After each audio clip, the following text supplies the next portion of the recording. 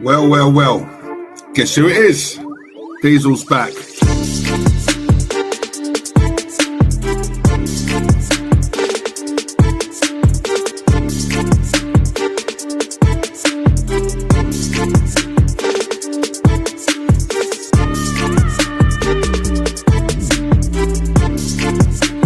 Join me, subscribe, but get the word out. Diesel's back, and he ain't going nowhere.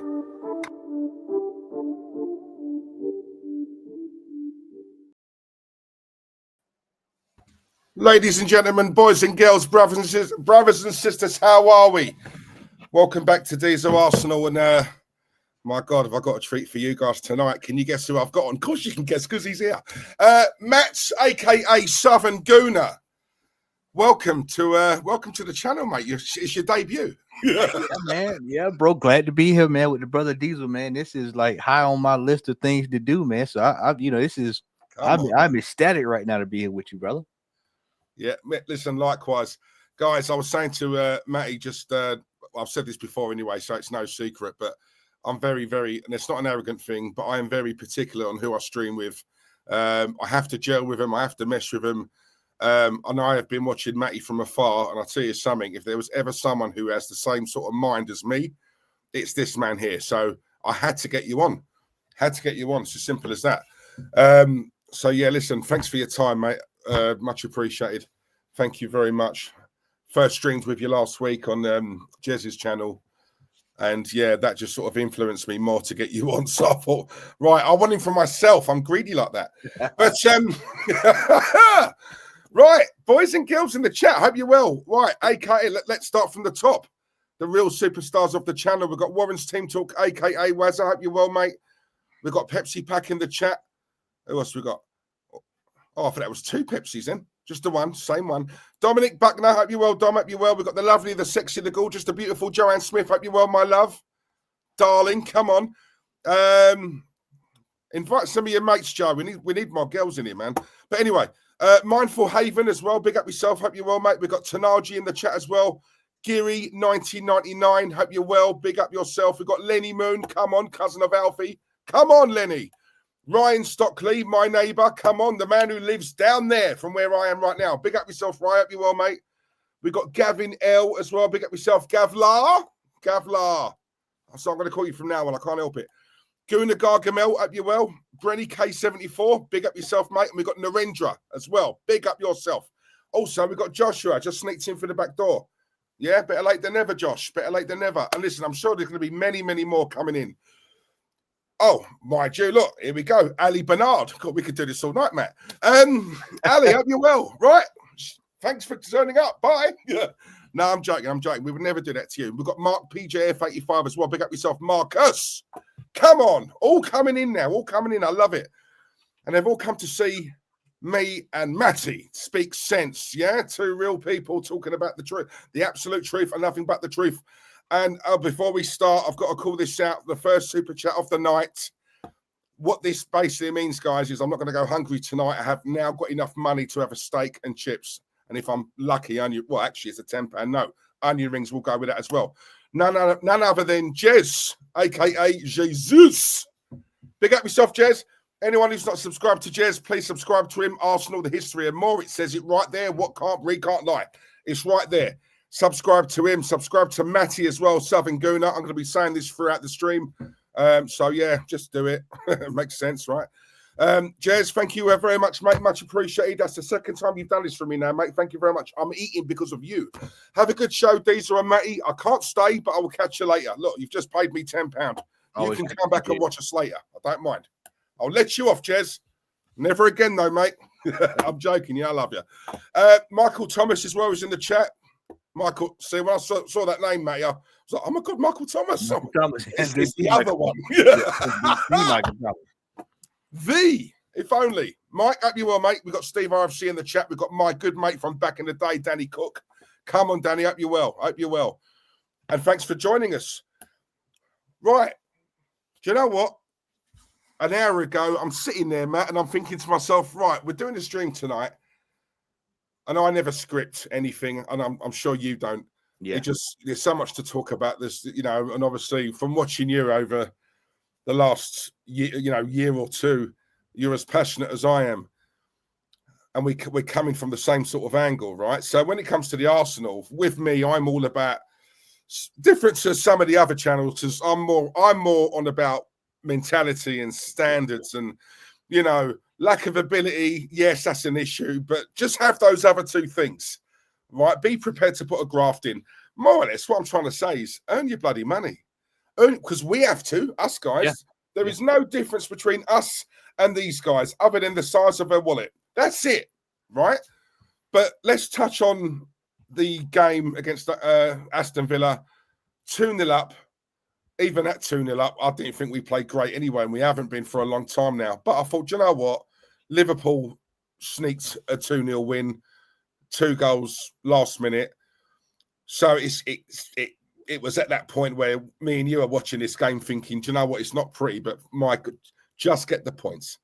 Just get the points. That's the most important thing. Just get the points, and we can try and keep that some sort of pressure on them. Some sort of pressure. Yeah. Right? We go 2-0 up. Great. Right? Now, my one criticism of Arsenal is we're just not killers. We have our foot on their neck, and then we'll take the foot off, and we'll allow them to get up, dust themselves down, and come at us. Right? Where you think we're 2-0 up, kill it off. Just kill it off, right? Or if go the other way and just defend. Do what you got to do. Protect that 2-0. But no, once again, we go 2-0 up. We can relax now, lads. Our job's done. Yep, it's all right. There's only half hour left. It's fine. Aston Villa obviously, smelt that and thought, oh, these guys are sitting back. They must take us for a bunch of mugs. Let's show them something, lads. That's how it looked to me, right? So you watched it, Matt. I mean, am I far off? Am I wrong? Is there a bit of truth in that? What? I mean, it's no different than what we've seen over the last couple of years, Diesel. I mean, you go back to Newcastle, in 21, 22, when we went from 4th to 5th. You go back to last season, Southampton, Aston Villa, West Ham. Any time, I think there's a stat. Hold on, let me bear with me just a second. I want to make sure I get this correct here before I say it. No worries. Let me see here. I'll put it in my little meme. Big up Neil Gunnison and big up to Early Doors Football TV. Here we go. It is we have dropped from a winning position since 23. We have dropped 9 points from a winning position since 23, 24, and then this year we have dropped 12 points from a winning position. You can't be successful doing that, man. There's no way. No. There's no way. There's no way. But what does this stem from? And this is what I keep trying to tell people. Mentality comes from the top down. Yep. The manager has to look at that situation. 2-0 up. Now, this is a man who has prided himself all year, Diesel, on what? Playing defensively. And when it's time to play defensively, what does he do? Nothing. We keep going through this same circle over and over and over and over and over and over and over and over and over. And the sad part about it is there's going to be more of this, what we saw on Saturday. We're going to see it again. Might even see it tomorrow night.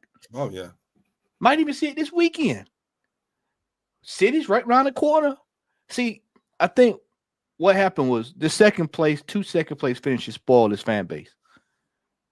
And then what happens is when you finish second 2 times in a row, you start to feel like, well, I've made it. Don't have to do anything. We don't have to work any hard. And it shows up all over the place. You see it in the boardroom, you see it in the team, you see it on the pitch. And once again, you've seen it show up on the pitch. Aston Villa, that was a marquee win if we would have held on. That was a marquee win. Aston Villa is not some just run-of-the-mill team this season. No, they're legit good. And we have to win those games because we all know we're inconsistent. This team is inconsistent. They'll win, they'll blow somebody away, and then they'll lose 3-4 in a row. And I keep trying to tell people, you got to get take what's in front of you because what's behind you. City are only 6 points behind us. And we played them. How bad they've been. Yeah. Man City this season, I don't think I'm being OTT by saying this. They've more or less been the whipping boys. More or less. And they're only 6 points. 6 points. They've been 6 points behind us since October, November. Everybody keeps saying, City's 6 points behind us. But we've been saying that for 2 months. Yeah. We've been saying it for 2 months. And if we can't put them away, we couldn't put them away at 8 points. We were 8 points ahead, Diesel. Last year, I think we had a period there where we were like 4 points ahead, couldn't put them away. And now they're 6 points behind, and we still can't find a way to put them away. Yeah. What's going on here? There's one constant. The manager. That's the manager. These players freeze up in pressure. Look at Newcastle a couple weeks ago. They freeze up when something's on the line.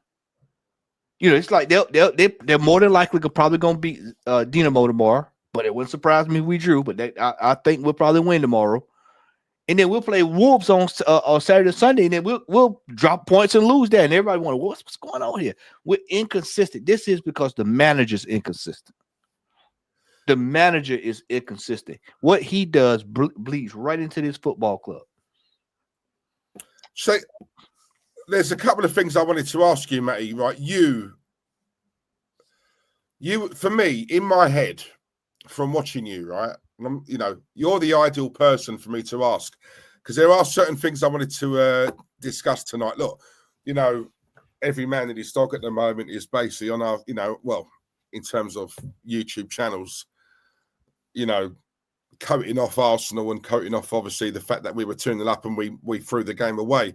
For me, it wasn't a draw. For me, it felt more like a loss. You know, but I want to ask you because I've had this channel, just over 2 years now, I believe, right? And the one thing I always touch on, Arteta for me is a problem. You know, you've heard me say it. I never wanted him. I don't think he's good enough. I don't dislike the man. You know, so for me, it doesn't come from a point of hatred like it does certain others. I just don't think he's good enough. I think he's the fairest thing I'll say about this guy is I think he's done a lot better than what I thought he would. Yeah. Right. But my thing has always been he's not the one to get us to the promised land. Now, I put Arteta very similar to Eddie Howe with regards to they're just, for me, with all due respect, they're the ones, they're just keeping the seat warm for that big one coming down the line, right? That's how I look at both of them. But this club, when I talk about mentality, I talk about standards, Arteta is an issue for me. He's a big problem. But there's a little part of me thinking, if he walked out tomorrow, I don't think the club does a complete free in terms of mentality. I think there is something deep rooted in this club that was here before he got here, by the way. You know what it is, right? Matty. He's added to it, right? But it's just saying it's rinse and repeat every season. You know, you know what it is, Diesel? You know what it is? What do you think? Yeah, what's your opinion on that? It's culture. It's culture. It's culture of complacency. Let's go back. Me and you both roughly the same age. Let's go back. Let's go back. When Wenger was here, for years we yelled out for a defensive midfielder. Never bought it. Yeah. Yes. Never bought it. The year Eduardo broke his leg, we all yelled out for what? We needed a striker.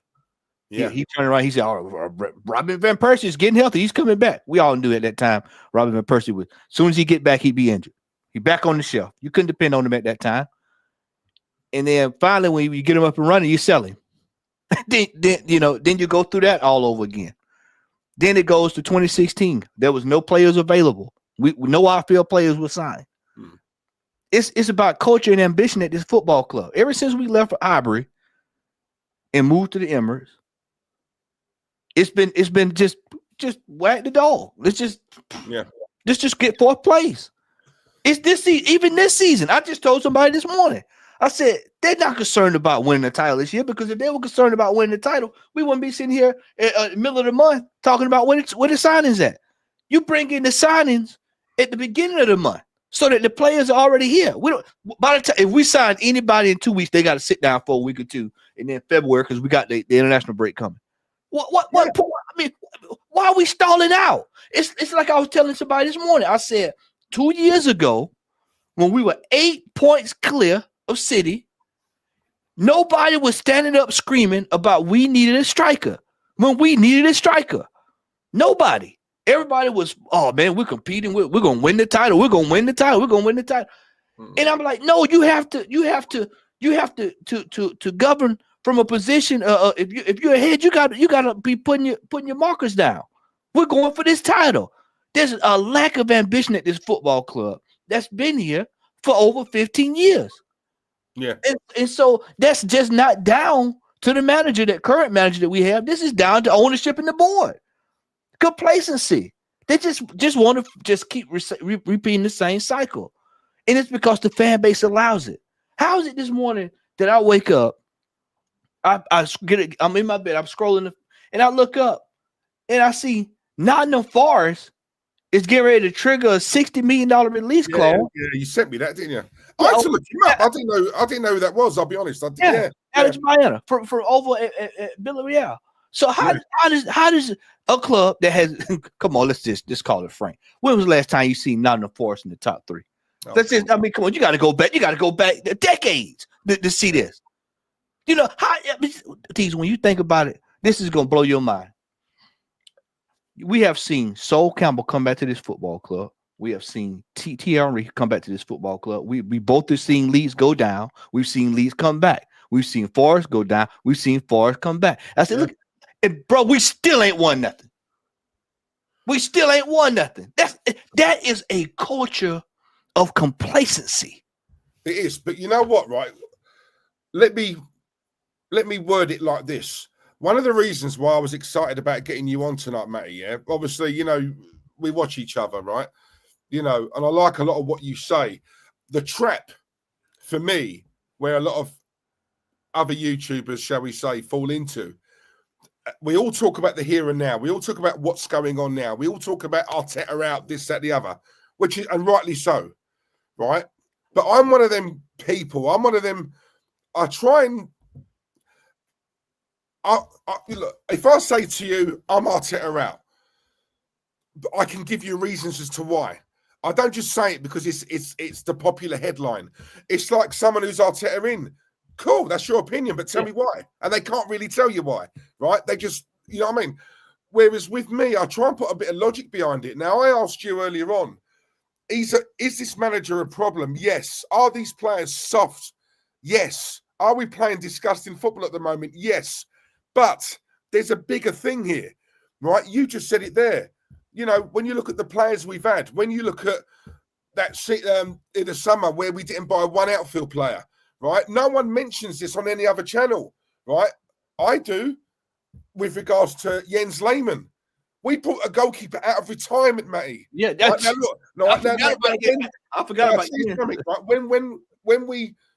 When we talk about a month ago, all these youngsters, all these talented youngsters leaving the club, I put myself in that position. If I'm a goalkeeper and I'm 18, 19 years of age, I'm in the reserves on the other 21s, and I'm seeing the club I love, the club I'm playing for, the club I'm trying to get into the first team, I'm seeing that club bringing back an old man out of retirement, and I'm a goalkeeper. That tells me two things. Number one, they don't rate me. Number two, I'm not good enough.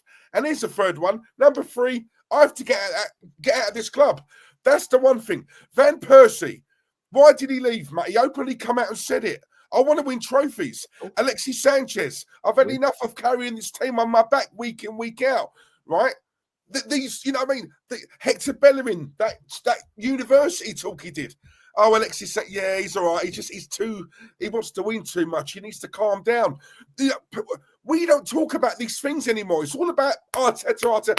But what I'm saying is there's a bigger thing here. We've had icons of this team leave, even though they love the club. But it's like, my God, I need to go and win something before I retire. I have to leave this club. That's what we need to talk about. We need to talk about the whole, not just the Arteta. Yeah, he's 20%. Where it's come from. Yeah, do you know what I mean? It's like, yeah. When you look at Arteta's just this is what I keep telling people. See, what happens? What's going on right now in the fan base is you've got one section that says it's all Arteta, and you say you got another section that say no, it's not Arteta, it's the ownership. It's everybody. It's a collaborative. It's a collaborative effort. You got the ownership want you to splash the cash. On every time you look up, is new merchandise dropping. Back when we were coming up, you only saw a kid every 2 or 3, 4, 5 years. You never saw a kid every 4, 5 times a year. That was unheard of. But they know they can do that because they know people are gonna go down there, regardless of the fact, and they're gonna go pay for those kids and those scarves and everything else in between. They know people are gonna bite it. That's like tomorrow.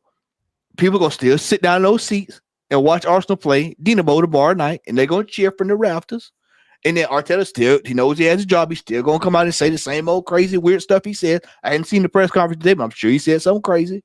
Then you're gonna have the same old deranged fans that says the club is going in the right direction, and it's gonna be, oh, they're fine. Let's just keep on doing it. It's a rinse and repeat. It's a rinse and repeat. I have a major problem when teams like Forest, this is not a knock on Forest at all, but they hadn't been to the dance, and then all of a sudden they get into it, and they're like, well, hell, let's have a go at it. Let's take a shot. Let's see what we can do. And how is it that they can do that?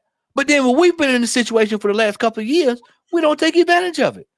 And then now all of a sudden we're starting back over in the same. I don't know about you, but it feels like to me, I feel like we're back to the Europa League. With Arteta, we're starting over all the way over again. This process has reset itself. Yeah, we've regressed, and if we're being honest, he's never rebuilt. I'll tell you something, right? In a way, this might sound a bit controversial. In a way, I'm so glad not a team like Forest are up there doing it, because people forget Forest are a big club. They are. But not only that, Matty. Not only that, we can. You know, we all mention Leicester winning it. Oh yeah, but that's a one-off, Diesel. That's a one. Forest are now up there. And what that shows me is that is a team. No superstars here. No superstars. We're all equal here. We all work for each other. And I always say this, Matty. I come from that old school way of, you know, we're all together in the trenches. Yeah, we're all together. You know, we've all got each other's back, and we all play for each other, right? We, you know, like if we're going to lose, you know, we go down fighting and we go down together. That thing, Matt. That we're together, right? We're one. Nothing breaks us, right? And when I look at a team like Forest, no superstars, a lot of cast-offs, if you know, with all due respect, right? Certain players that no other club really wanted. And I'm seeing them up there. Now, the likelihood is they're not going to win it. But that's irrelevant. They're up there, Matt. They're outperforming most of the big teams, and they've done it on nowhere near as much money as what we've spent on Man United or Chelsea, etc. Now, my argument is, if a team like that can be up there and doing it, what does that say for the likes of us, Man United, Chelsea, Tottenham? Yeah? Because there's no hiding place.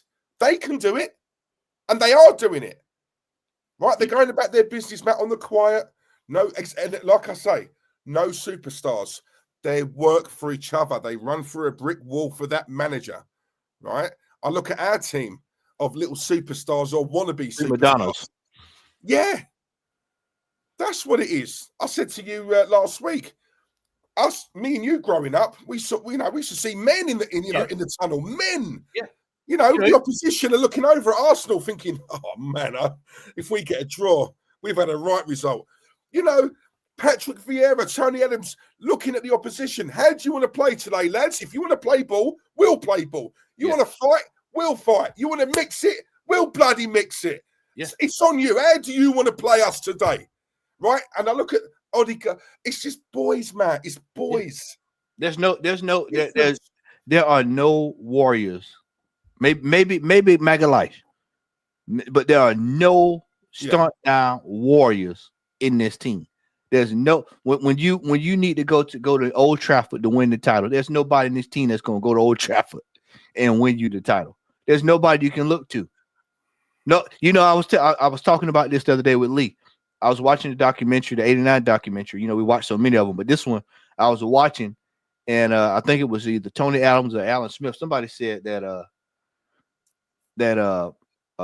Mickey Thomas, not Mickey Thomas, but Lee Dixon was asking for the ball, and they said they nobody else in the team wanted the ball to start the attack. They were like, "Well, I want the ball." There's no players in Arsenal team right now that want the ball. They say, you know what? Give me the ball. We're going to go try to win this game. There's nobody that wants the ball. We see Odegaard. You mentioned Odegaard. Odegaard, 2 assists, 3 assists, 1 assist, Yeah. 1 goal and 3 assists all year. 15 in 2 years. 25 total at Arsenal. He's been here for how many years? 25 assists total at Arsenal in midfield. Yeah. Come on now. We got to have an honest discussion now about the quality of players in this team. And a lot, you know what? When you look at the quality of players, I hate to do this again, but you got to go back to what? The manager. The manager, somebody, I heard it this weekend. Somebody said that this team is built directly in the image of this manager. Remember when he played for us? He wasn't nothing over the top. He was just he wasn't. regular guy. He's regular guy. Panic day purchase. And we got him. Then, it wasn't until Ramsey was healthy that Alexis Sanchez did all the, everybody else around him did all the heavy lifting. Yeah. He just happened to be there. But Matt, see, like what you just said there, doesn't it make it worse knowing that our manager is a former Arsenal captain? This is a man who's played here. This is a man who's played for us. This is a man who should know what it. Listen, the one thing I will say about this manager, I've always believed when it comes to the crunch, these guys, this club don't want it, and I've always said that. Right, I make no apology for saying that. They are a top 4 club. Arsenal are only interested in top 4. Anything more is an absolute bonus.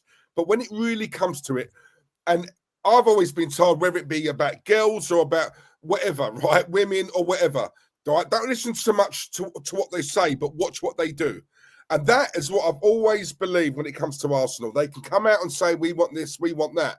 I watch actions, Matt. Man City are having an absolute, by their standards, an absolutely piss poor season. First thing they do to correct it, they go out and get bodies, right? They go out and get players. We can't continue like this. We need to rectify it. Therefore, in January, we don't normally buy players in January. However, on this occasion, it's got to a point where we need some serious help. And bang, they're going to go out and get not 1, Matt, not 2, but 3, right? I look at Arsenal, even 4 or 5, right? I look at this club and I'm thinking, my God, Jesus out, Saka out, Odegaard not long come back, Saliba's out for a couple of weeks, Sterling ain't hitting it, Trossard hot and cold, Martinelli way off, all these things, and I'm thinking, what more has got to happen for you to? And it's not like they haven't got the money, but again, Matt, it's ambition.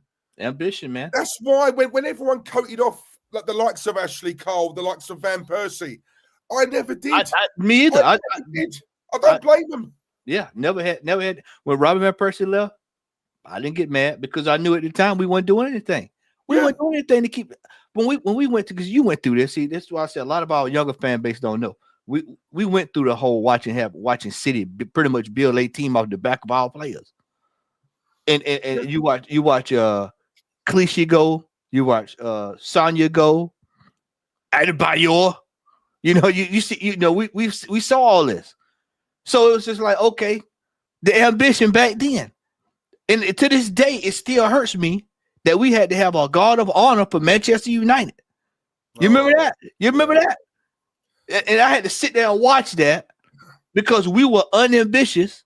And then that's the summer we sold him off. I think we sold off RBP that same summer. Because he bro, no, I'm not going to keep putting up with this. And then you go through that period. And then now you go through that period, Diesel. And then you go through after Wenger leaves. They tell you, oh, we got to get back into the Champions League to buy world-class players. And then you get into the Champions League.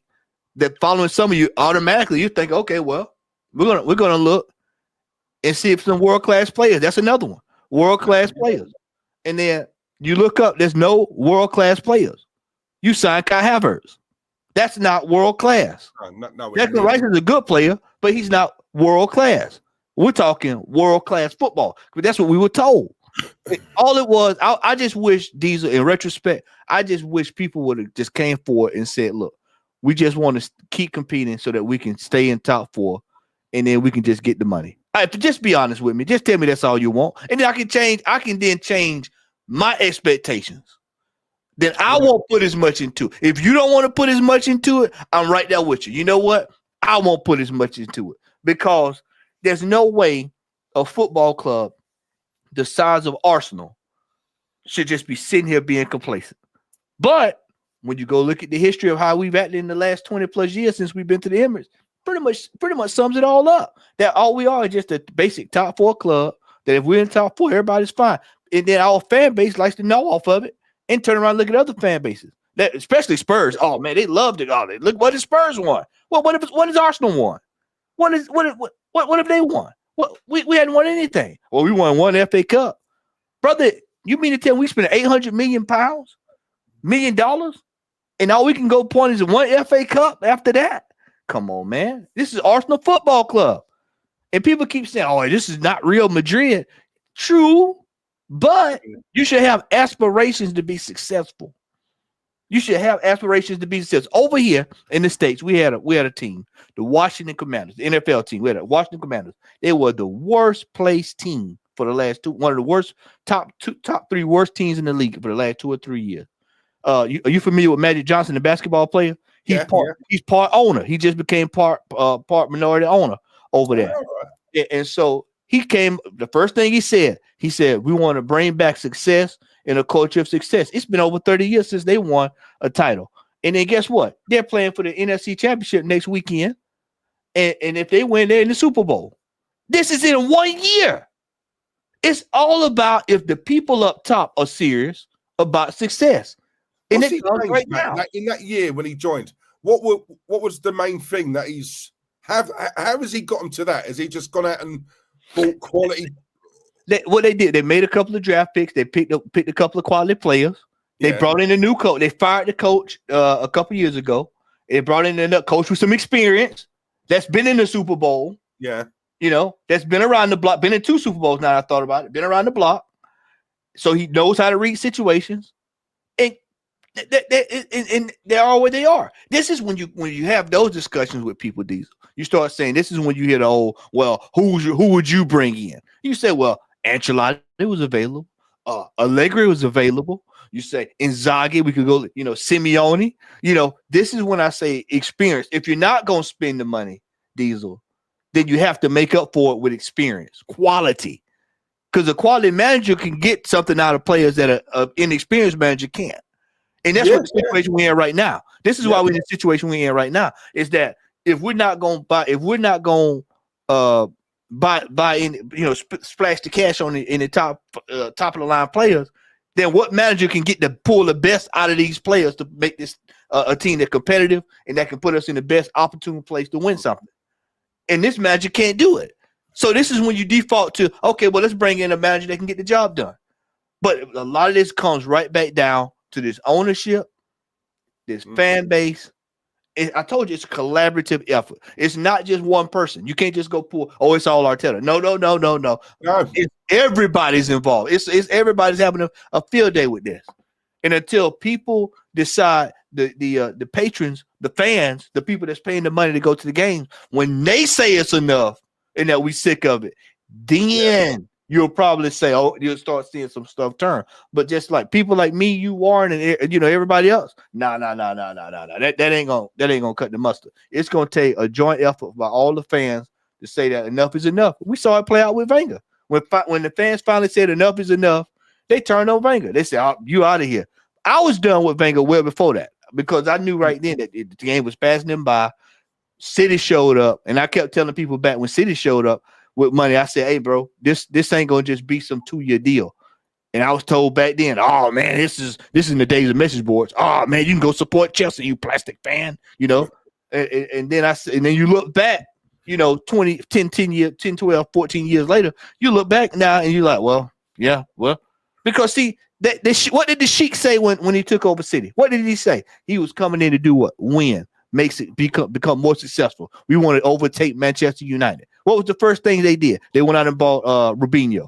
They went and got Tevez. Yeah. They went and got marquee signings. They went and got a manager that been around the block a little bit. Didn't work out. We'll move on to the next one. That one don't work out. We'll move on to the next one. Yeah. It's about ambition. When you look at Manchester City, regardless of what you think about 115, 116, and all that, they have literally said we're going to become successful, and they have done everything they can to become successful. And if you don't want to look at them, let's go back to Chelsea. We remember Chelsea were always nearly men. They were always nearly men. The cup competition, you didn't want to see Chelsea. Then you look up, all of a sudden, they come into money. What did the owner say, Diesel? The owner said he wanted to do what? Be successful, win by any means necessary. If you can't get the job done, we're firing you on the spot. We're moving on to the next man that can get the job done. And what happened? They did it. Manchester United, they said, you know what? Fergie said, you know what? After I got over the hump, we're going to not only get over the hump one time, we're going to stay on top, and we're going to always be there. Liverpool said, you know what? People like to joke about Liverpool. Well, they didn't win the title for 20 plus years. Then what have they done? Oh, they've won Champions Leagues all over the place. They've won cup competitions all over the place. They won FA Cups. They've been successful. What has Arsenal done? A few FA Cups in 20 years since we've been in the stadium. Bro, you have to sit down and look at what is the ambition of where we want to go for the next 10 to 15 years. Not next year, next 10 to 15 years. Because 5 years went by like this up under this manager. 5 years went by just like that. In another 5 years, if you think that in 7 years that this same crop of players are going to be at this football club, I got a bridge right down the hall that I want to show you. Because all this Kai Havertz stuff, that stuff is still going to be here in about 3 or 4 years. Everybody else will be gone. Sleeve will be gone. Magalhaes will be gone. You know, people think these players are going to just hang around. And I keep trying to warn people. I say, hey, we don't start winning something, these brothers are going to get up and they're going to go right over to Madrid. All these other clubs where they know they could be putting themselves in the shop window to win something. They're not going to just sit here at Arsenal and just wait and listen to this wait. Nobody's going to keep doing that. We saw it with Van Persie. We saw it with Titi Henry. We saw it with just about Vieira. You seen it with everybody. I'm out of here. I'm out. Yeah, that's why Arsenal always pay top dollar in salaries. But and the thing is, Matt, it's I look at the club. I look at what's the saying? Look, one of my favorite films, Remember the Titans. It's one of my favorite ever films, right? Denzel. Yeah. Anyone who's not seen that film, watch it, because a lot of what we're talking about here, watch that film based on a true story, and that's against the odds, winning against the odds, instilling a mentality, right? Getting a group of players together, regardless of race or he's black, he's white, he's orange, he's purple. No, watch the film. Not to cut across you, but the first when the coach came in on that first practice, he changed the mentality of the team on that in that movie. The first practice, when Denzel came in as the coach, the first practice he set down the gauntlet and changed the mentality of the team. Matty, I've watched that film about 100 times. One of my favorite scenes is when they all get on the bus and he gets on both buses and says, right, everybody off the bus, and he makes them, forces them, you sit together, right? You know what I mean? Of an opposite race. I just thought that was a start. They didn't like it at the time, but that was the start of getting that togetherness, And I swear to God, you watch an hour and a half, but it was over time. That wasn't that, you know what I mean? I love things like that, mate. So when we talk about, a mentality and all this, yes, it's the club, and in that line, in that film, attitude reflects leadership. That's a fact, right? I've been very complimentary about Odegaard. I don't know why, because there was a time where I thought, do you know what? Maybe I was wrong about him. He's actually, and yet the minute I said that, Matty, I'm watching him now and I'm thinking, do you know what? He's not a captain. Like, we all know that. He's not a captain. If I had to pick one for lack of, Gabriel's the only one to me who gets up and tries to give it a bit of, but I said to you last week, I don't care if people disagree. We miss Xhaka or someone of that ilk, someone like that. We do. Honestly, since he's left, never thought I would say this. But when I watch this midfield, it has no bite, Matty. You know what I mean? At least with him. Yeah. And I'm on about the last season he was here, but that he had that bite. He had a little something about him where you thought, oh, these are all boys, but yeah, he's the one we got to watch out for. He's got a little bit of something, And this is what I'm saying, and it's like you look at the standards over time. I look at what's happening at Man United at the moment, and I'm thinking, blimey, like you just look at a club, how far they've fallen. I mean, that game between us and them last week was. I said, now look at this. This is Manchester United and Arsenal. I mean, we just. I mean, the battle. You have red cards. So should have been red cards in some of them games that we played against them. Bro, it was a warfare. It was like watching a military exercise when Manchester United and Arsenal used to play back in the day. And then you watch now, and it's just like you got a team full of finesse players. Everybody's finesse. This is what I tell people about Odegaard. I say Odegaard is a complimentary player to whoever the main man is. He's a luxury player. Yeah. You put him next to the man, whoever's the big man, and then he'll blossom and try to make the other player's life a little bit easier. But for me to put all of the pressure on him, he's not that player. And that should have been seen from the start. If he was that player, he would have never left Real Madrid. Real Madrid don't throw their trash away too often. No, fact. Yeah, so no, very so rare they get it wrong. Very rare. Yeah, very rare. So we knew right then. We knew right then that's not going to work. Now there is a shining light in the team. You look at Gabby Magalhaes. But how many people we need more Magalhaes? We need a Magalhaes in every position on the team.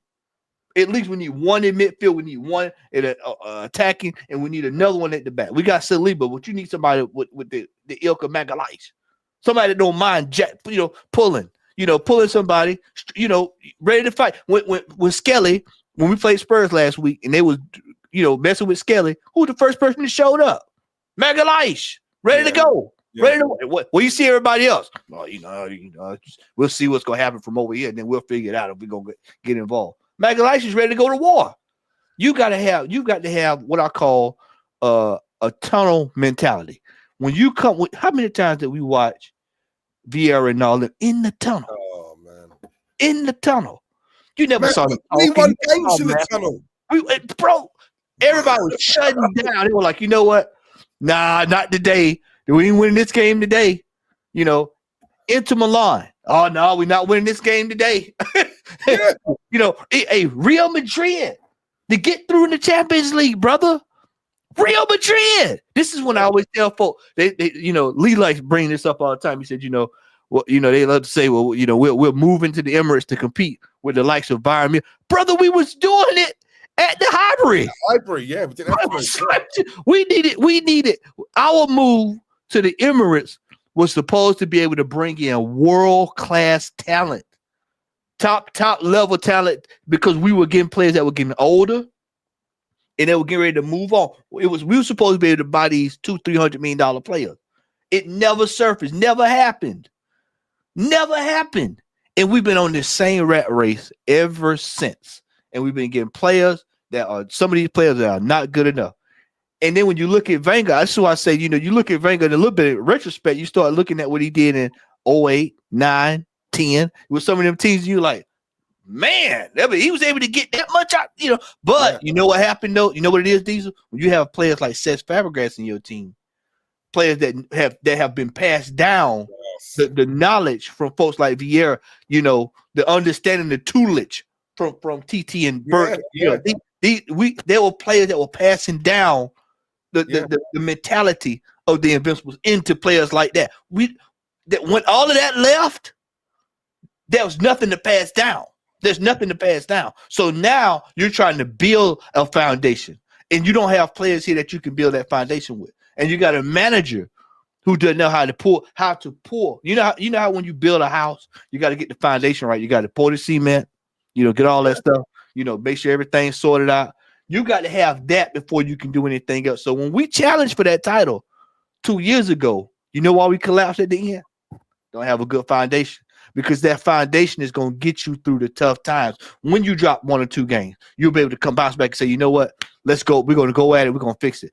Last year, when we had a chance to win it, why didn't it work? Collapsing foundation. This year, why are we in the situation we in right now?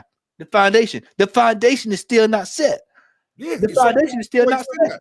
You just said just now, if we take Fabregas for an example, these youngsters were allowed to bed in because of who they had looking after him, right?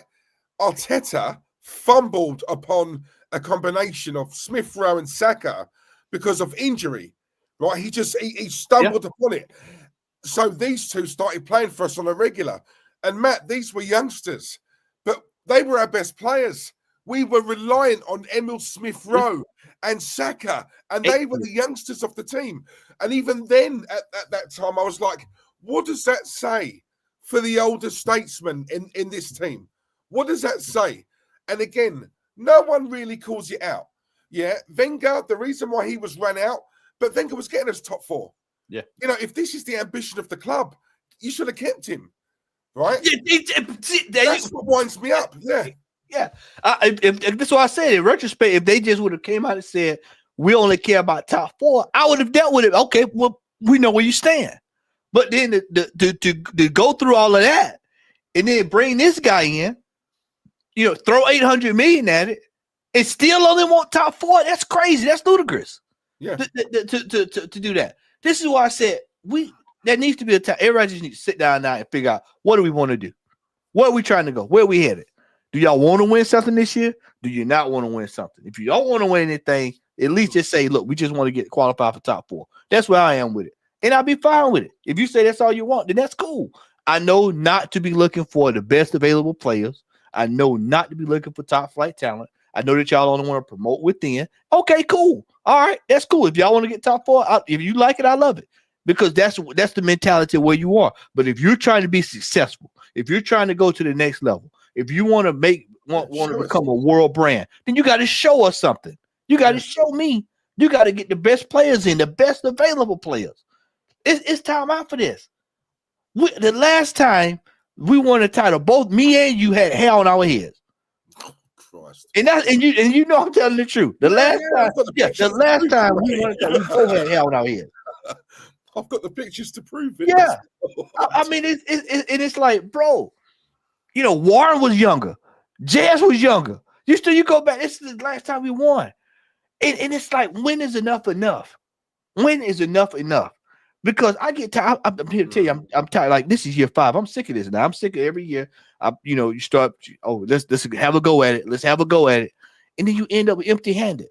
And even in this, I had this discussion with Lee about 3 or 4 weeks ago. We were talking one night. And I told him, I said, Lee, no matter how bad Manchester United is, no matter how bad Chelsea is, I said, you know why? And even Liverpool. And now you can throw City in that conversation. I said, but especially Manchester United. Yeah. Manchester United could be so bad, they'll still find a way to be successful. You know why? I said it earlier and I say it again. Culture. Yeah, no matter how bad they are. Now, just think about it now. No matter how bad they've been the last 5-6 years since Sir Alex Ferguson has left, what have they won? Trophies. They still won trophies. Yeah. Diesel. Yeah. If I'd have told you 18 years ago, hey, man, Sir Alex Ferguson is going to lead that football club and they'll still win trophies, you'd have thought I was crazy. Oh, there's no way they can do that if Sir Alex Ferguson leaves that football club. And what have they done? What have they done? They have still found ways to win trophy after trophy after trophy after trophy. Chelsea went through more managers than I got socks in my drawer. And they still have found ways to do what? Win trophy after trophy. 2 Champions Leagues. 2. Not 1, 2. But and we still can't get 1. It comes from upstairs because when you got, when Roman was there, there's an expectancy. What Roman's thing was, I'm going to bring this so-and-so manager in. What do you need to win me the league? Oh, I need A, B, C, and I also need D, E, and F. Fine. There it is. It's over there. You've got A, B, C, and I've also got your D, E, and F. Now, I've given you the tools you've asked for. Away you go. Do your job. If you don't do it, you're out. Right? There is no argument. You can't say, oh, it's unfair. How can you sack me? No. I made it clear from the off. Whatever you need, tell me. I'll get it for you. But in return, this is what I want. Right? And I'm telling you now, every manager at Chelsea, they don't win in 2 or 3 games. They're sweating, Matt. Yeah. But that is what it should be. When you got this manager of ours on 15 million a year, 15 for his first managerial job. Yeah. What is he, the second or third highest paid The manager in second world football? highest. I'm sorry, Matty, but no fan. I've heard you say, and a selective few of us, but a lot of these other fans I speak to, when I mention that amount of money he's on and the fact he's in the top 3 in world football, I have to ask. It's like anything, Matty. You know, if I spend $5,000 on a telly, I want my money's worth. You want the best picture available. If I'm going to a restaurant tonight and I'm spending 200 quid, I want my money's worth, Matt. Why is it different with football? You know what I mean? You know, you're paying top prices. Hamburger and chips is in what, 50 quid? All we ask, we'll put our hand in, our hand in our pocket, a lot of the fans, in this cash crisis we've got over here at the moment. I've never known it so tough, right? But fans still find a way to go, still find a way to take the kids, still find a way to take the merch. We'll do all of that. All we ask in return, show the ambition we've got. And you can't even do that. And on top of the heat or eat crisis, you still put your prices up in this day and age now where some of the fans here are struggling. Matt, customers, not fans. And I've always said that, season ticket, I get why people go, oh, it's close to my heart. I love it. I've been going, man and boy. Matt, I get it. But that is where they've got you because it's emotions now. You have to take the emotions out of it. When they came to the United States last year, I had several people call me. Hey, Matt, you coming out to LA to watch the game? I said, for what? Yeah. No. I said, for what? I'm not until I see some ambition. I'm not putting any money on the table towards this team. No way. No absolute way. Because if they know they can just do enough to get by, they're going to keep doing it. They're going to keep doing it, Diesel. Kits after kit after kit after kit after kit. They're going to keep doing it. I joked about this the other day. When was the last time you seen a proper yellow and blue away kit? When have you last time you seen a proper yellow and blue away kit for Arsenal? They're not because they know they can put out black. They know they can put out white. All white kit. Arsenal. All white kit. People lap it up. They buy it all up. You know why? Because this PR movement. Bro, it's just like the basics. Nobody's complaining about the badge. Yeah. The canvas turned the wrong way. This is what I said to you last week on Jez's channel. Arsenal are a club that just make do. They just make do, Matt. If we need 4 players, they'll get 2. If we need 6, they'll get 2 or 3. They just make do. And the thing is, these fans, certain channels, I'm not a lover of naming channels. I'm not a lover of coating them off. We all know who it is. Yeah, we all know who it is. And I know, but sometimes when you're doing something like this, how me and you are, it's so hard to avoid it because I saw that clip with Yardman saying more or less the same. I do think Yardman does a lot of it for theatrics, but that's just my opinion. But what he's saying is true. And when I'm looking at the people in the background just laughing and, oh, come on, Yardman, get real. He wants to win a league. No, come on, seriously. What do you want? I want to win the league. No, Yardman, seriously, come on. Stop joking. What do you want? No, I'm being serious. I want to win the league. It's like, and you're surrounded by people like that, Matt, who we were 2-0 up. We've drawn the game 2-2. It feels like a loss. We've lost even more ground to Liverpool. And I'm seeing all these fans outside the stadium having a laugh and a joke like it's a day out. And that's the problem. That is a problem. And someone said it earlier on in the chat. Why is it every single break, Odegaard or Trossard doing this to the fans? Yeah. That tells me if that stadium is pumping, you wouldn't have to do that. That tells me it's flat. You overcompensate. Yeah. And it's also a tell. I've been telling folks for the longest with players, when a player makes a mistake, you don't all this jumping up and stuff like that. You know that back in the day, you see somebody throw up a fist or something like that. But when you, like you say, every single time you're looking up, you're trying to play up the crowd. That means that you're overcompensating. Something's missing. It's wild, man. It's wild. Of course, you always get this. Allegri was available. Simeone was available. Inzaghi was available. Ancelotti's going to be available in the summer. There are plenty of people out there that's available. This is what you call this is another coping mechanism because what happens is they look at Arteta. This is probably somebody all he knows is Arteta since he's been here, and then he says, "Oh well, who do you guys want that could win us the league?" Well, I tell you what. You better hope that Liverpool don't win the league this year. You better hope that Forest don't find a way to win the league this year. And what will y'all do if City win the league this year? What if City comes all the way back? Because that's reality.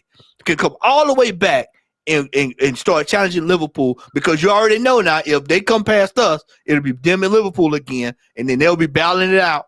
And what happens if they win the league? I'm not saying they will, but I'm saying what if they win the league? Then you tell me who could do it. Because, see, this is a coping mechanism. This right here is designed not to hold the manager to the standard that should be required for a football club of this size. This is what I call the first division mentality right here. Yeah, this is Dagenham Red. This is Portsmouth. This is all the way back down there. This is that kind of mentality. Yeah, for 5 years, 800 million. This is what you say. It's loser mentality, yeah. Mate. It's loser. We rife with them. We rife with losers in this football. I had a video last year called "This team is full of losers."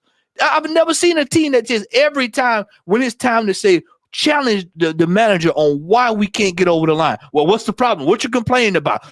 Other teams would love to be in second place. Nobody wants to sit in second place and look at first place 3, 4, 5, 6, 7, 8 years running. Nobody wants to deal with that. Only a loser thinks that way. Yeah, hey man, you didn't go ask the girl out. She married somebody else. You gonna be proud of that, man? You gonna just sit there supporting him? Oh man, you had a chance to get her, but you sat on your hands. Yeah, mate. Youssef. If you've got a girlfriend and she's cheating on you every single week, but you're not the kind of guy who can just dump her and get another girl next week, what are you going to do? What? Just keep hold of her because you can't? What for fear of not finding someone else? Let me ask you another question. If Mikel Arteta dies tonight, what do we do? Fold as a club? Who does he want? If Arteta rolled out, who does he want? You put it in the chat. Who would you want to come in? And I guarantee it's somebody that's worth a damn. I guarantee you. Yeah. I guarantee you. They always play that coping mechanism. You got another one in the chat talking about Rome $1 billion in a day. Brother, 800 million pounds spent. Bro, you better find a way to win something. And this is another one, Matt. It's. Do you know what? I put these up. I'm not one who blocks them or whatever because it doesn't really get to me. Certain other YouTubers it gets to. It doesn't, because I know there are people like this in the fan base. And this is, again, right, I guarantee, with all due respect, I guarantee these two are youngsters. I guarantee they're youngsters, yeah. Right? Yeah, and all they know is Arteta, maybe late Wenger onwards. They haven't seen the George Graham era. They haven't seen some of the players. They've heard about them, but they've not seen them. This guy, I'll go to a game. Yeah, I've been to many a game, mate. I used to have a season ticket years ago. So it's not about this narrative, oh, you're only a true fan if you go to games. Absolute rubbish. I'm sorry, I'm not having that, right? You're on here, you're on a wind-up, you're at home, you know what I mean? Mummy's upstairs or whatever, and you're on a wind-up, yeah? Go and watch AFTV because you're more suited over there. You're more suited. Yeah, what we're talking about here are facts. We love the club, yeah? We support the club, and we have for a long time, right? What we don't support is this nonsense that we're seeing. Yeah, Arsenal just these fans just bend over backwards and they just get what's coming to them every single season in, season out. We've got 11 days left, I believe, until the end of the transfer window. We're not even linked with anyone. We haven't bought anyone. Why? Why does no one question that? No one questions it. Let me ask you a question. Do you trust this manager with any more money? No. This is what I've been trying to tell people. Like, no. At this stage, I don't want to have. Just don't even worry about it. Don't even worry about it. Like I said, we got 10 days left in this window. Brother, yeah. If we need to play at the beginning of the month. We don't need it. It's over now. All the damage has been done. We should have had a new play. We should have had a new player lined up when we played Newcastle next week to try to put some points on the board. No. Week after next, whenever we play Newcastle in 2 weeks, 2 or 3 weeks. We should have already had the player lined up, ready to go. We should have had players lined up to play Villa this past weekend. We should have had new players. But when we came right into the first of the year, if we were proactive, see, we're very reactive. This is why you're hearing now, the rumors you're hearing now. They talk about bringing back Reese Nielsen from loan, bringing back Fabio Vieira from loan. This is what you're hearing now. Brother, we're not going anywhere. Let's just shut it down now and go ahead and just do the best we can with what we got. The manager, and I've been telling people are saying, well, the ownership don't want to spend money. I hear that argument and I agree. But I'll tell you this, they gave him $800 million since he's been here. And if you can't spend 800 million pounds, $1 million properly, Diesel, then that falls back on who? That's on who? The man, because he's been given the money. He's been given the money. This is what people. This is people like Yusuf and Fat Robbie there in the chat. They don't want to go to that. They don't want to have that difficult discussion on why are the world class players not here? There are several reasons. One is this manager doesn't know how to deal with a talent that has a little bit of arrogance about them. Two, he don't want these players to come in because then the standards change for him. And then it also changed for the football club, which is, I said, this is a collaborative effort. And then three, we can make do with this, and then four, his talent ID. Look at the talent he's brought in. Look at the talent he's brought in. Fabio Vieira, Kivior,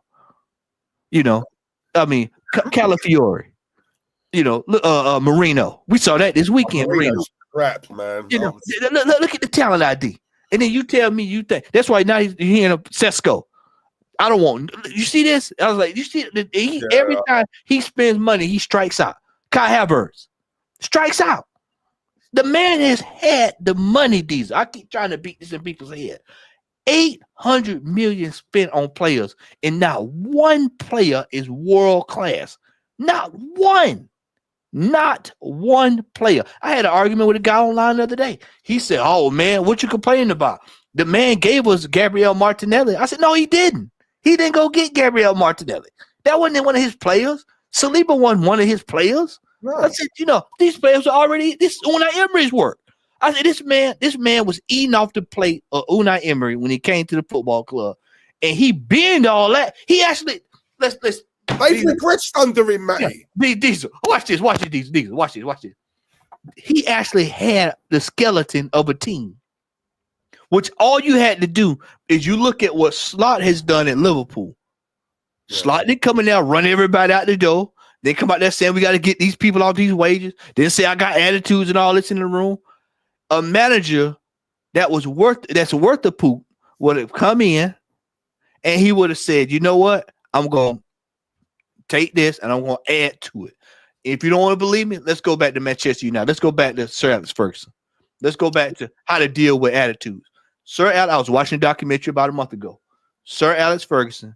Remember when Cantona, the famous kick? You remember that? And they said, "Well, why didn't he get rid of him? Why didn't he put him? Why didn't he sell him off? Why didn't he?" And he said, "The player needed. I needed to be there for that player because of what he was going through." And I stuck by him. When it came to our manager in Aubameyang, what happened? What did he do? He ran him out of Dodge, ran him out of here. Regardless of what's been said by on the documentary or whatever, he still ran him out of here. You don't think Aubameyang could have gave us about 7, 8, 9, 10 goals in the last couple of years to get us over the line? See, the man has a problem with dealing with personalities. Because I was actually in favour of Arteta getting rid of Aubameyang because I didn't want him here. I know I'm one of the very few who, but when I used to see him pulling out of challenges, do you know what it is, mate? For me, I'm not certain. Thomas Partey's another one. I was calling for him last season to go. Yeah, right. Because when we played Man City, and I see him, I saw Jack Grealish, and I do rate Grealish. But at the same time, I call him the party boy because, if we're honest, that's what he is. I saw Jack Grealish, the party boy, stick it on Partey, and Partey shit a brick. And ever since then, I looked at it and I thought, when it comes towards the latter end of what I like to call the business end of the season, and I'm seeing Partey just going missing. And I'm just thinking, that's twice in the season he's done it. Get rid.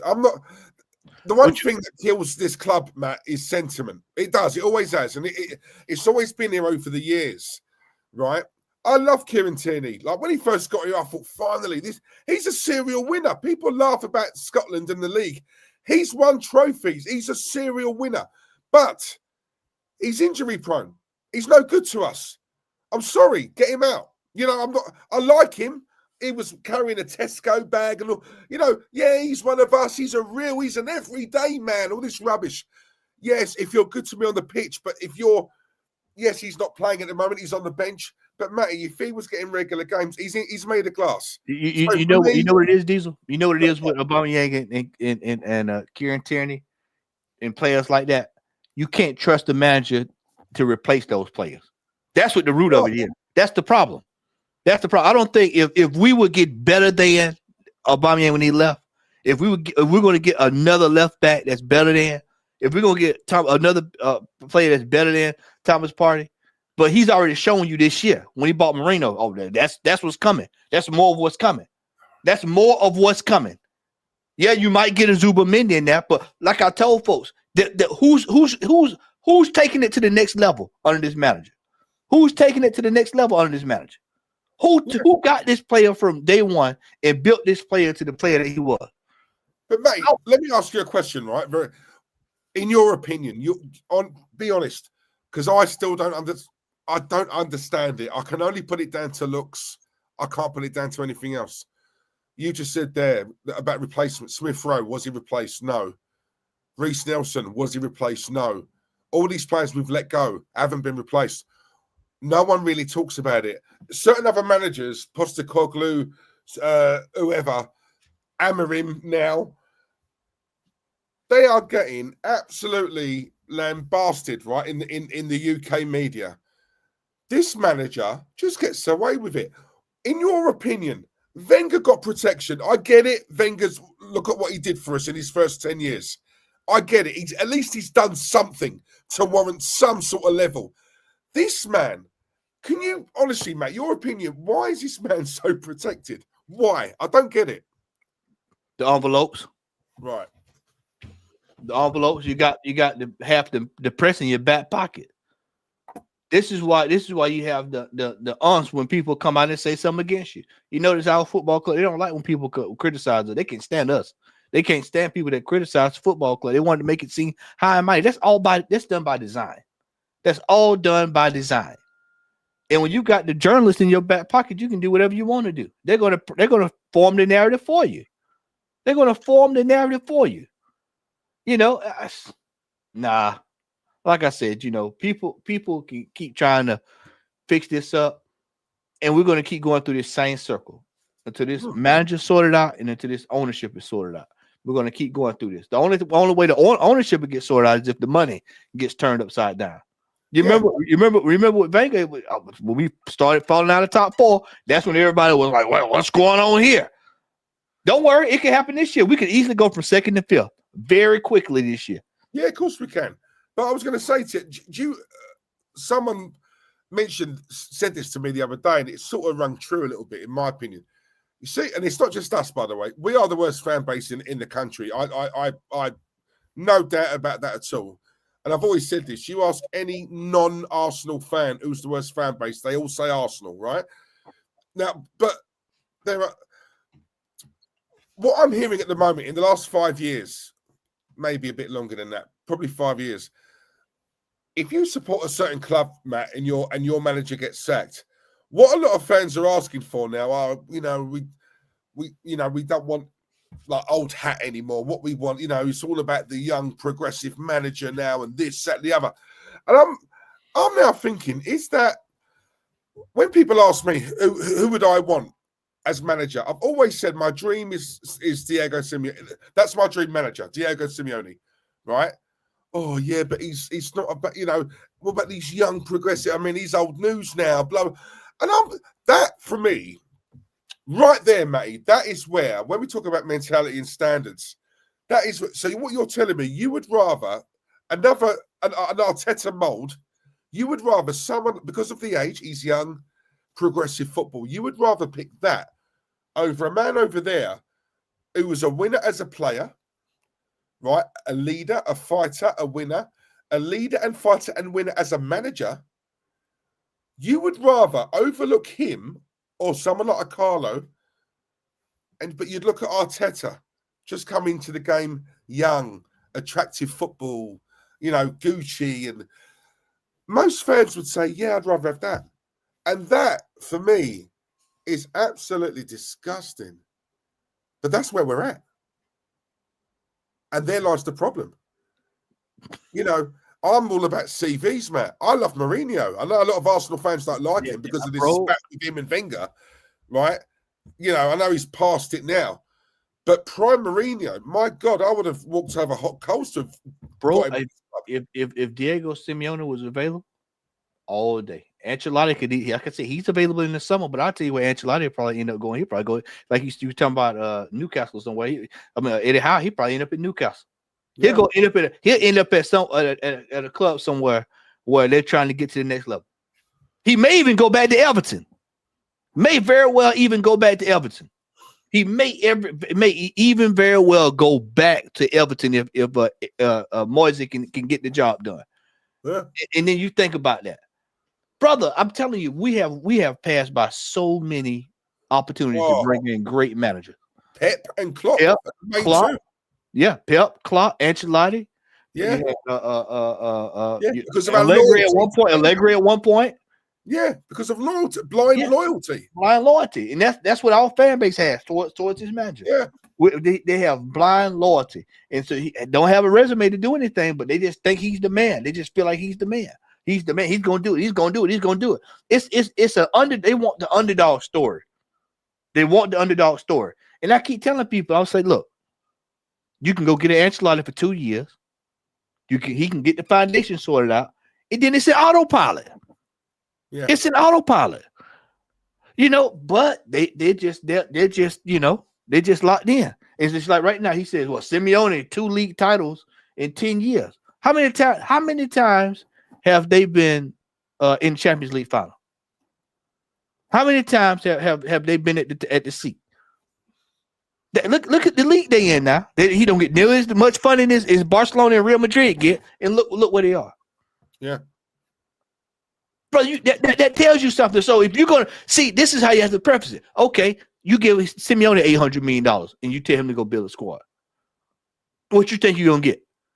What you think you're going to get, Diesel, if you give Simeone, Inzaghi, Mancini, I didn't even say it, Mancini, any of these other managers that's been around the block. Put Emery in that. Emery, 800. You know how much Emery got when he was here? $75 million. That's what he got the whole time he was here. $75 million. That's what he got. Brother, I'm telling you, man, they can write this narrative however they want to write it. And people can say, oh, Matt's just talking the trash again. No, I'm telling you what it is. Matt, I'm telling you what it is. I promise you, Matt, I don't know if you've seen from a year ago, the one person I've always stood up for is Emery. I think he's a good man. I've always said he's a good, he just happened to, when the first manager coming in after Wenger is always going to have it the hardest, right? I would have rather had Arteta. I would have rather had Arteta after Wenger because then they would have saw that, okay, we need somebody who's here. What happened was we had Unai Emery was bad timing. It was bad timing. If we would have got Unai Emery third, we would have got him after Arteta. Yeah, we'd having a whole different discussion now. We talking about probably winning 2 or 3 more trophies this year. Yeah, yeah. Because he's tactically astute and he's proven it. That ain't no fluke, Matt. Aston Villa under Steven Gerrard, they couldn't kick a ball straight. Yeah. He goes in and look with the same players, Matt. He never had a window. Look at what he's done. It's similar to Tommy Tuchel at Chelsea. They could not kick a ball straight under Lampard. Out he goes, in he comes, and look what he does. This is what I'm saying. Someone said it earlier on about it might have been some Ryan Stockley. Ryan, you said something earlier on. Can't remember who it was. Was it Turkish or someone like that? Made a good point about it makes a difference who the manager is. The thing is, mate, I will say this. When you're watching people with bigger channels, I've been saying that, and Matty's been saying that. We've been saying that for years. Right, because a certain person on AFTV said, "Oh, these days it don't matter who the manager is." Yes, it does. It makes a big difference, right? And the man who said that on AFTV, who's a lot bolder than I am, by the way, right? He's also older than me, so he should know better. The manager is a big, big difference, right? And because we've got smaller channels, when you hear someone of a higher profile say it, oh, he said it first. No, he didn't. No, he didn't. We all know that. It makes a big difference. This man we've got is winging it week in, week out. And I've always said that, right? He relies on one player. Saka has got him out of so much drama. It's a joke. Yeah. But now he can't hide behind Saka because he's not here. You know, he's back to now you're seeing the real Arsenal. You know what it's back to? It's back to the year. You remember we won the FA Cup. And then you remember at one point the year after that, we were sitting down at 15. You remember that? Can you remember that? Yeah. And that's when the Emmitt Smith Rowe and them bailed him out. This year, like you said, we don't have having to bail us out. And so now you're in free fall. We're literally in free fall. Yeah, we're in second place, but that doesn't really show you the situation that we're in. You know, and so it masks the actual problem. This is why people are starting to look shocked now when you see these draws. Or you lose to Manchester United FA Cup. You're like, well, what's going on here? What's happening? How is this happening? It's because the team was built around one player. The one player is gone that the team was built around. That goes to show you actually how good Saka is. That he's actually doing what Sanchez. He's doing the Sanchez stuff. Kept putting the team on his back. Now he's gone. And now you don't have anywhere to turn. You know, it's just like we don't have anybody. When you look at the old school, when you go look at the old school and you look at players, we don't have anybody like a Gattuso. Like read this comment. Yeah, they always say he played negative football. They always say that negative football. Like, if what Simeone is playing is negative, what the hell is this? You know what I mean? That's what I'm saying. Like they say that kind of stuff. But mate, this is my point. Big Fat Robbie, right? I know obviously like you're a comedian, but this is what annoys me, right? The negative, it's all about entertainment, mate. So like people are now remember years ago, Roy King came out with the prawn sandwich brigade. That comment, and he said it back then, it's so true. And I make a joke of it now, saying very soon you're going to see fans in the stadium eating popcorn. You know, because that's what it is now. It's becoming an entertainment. They're putting that above. They would rather see Arsenal lose 4-3 than win an ugly 1-0. They want to get their money's worth, Matty. Go to a game, see 7 goals, a day out with the lads, stay at the pub after, have a couple of pints, and go straight into the. That is what it is now. They were saying we was talking yesterday, and we was talking yesterday after we got off the air, and Kenny was saying that even after that draw the other day, he said, Matt, I walked by the armory, and he said, bro, they were in there to a mule, just buying kits and everything like ain't nothing happened. Yeah, like nothing happened at all.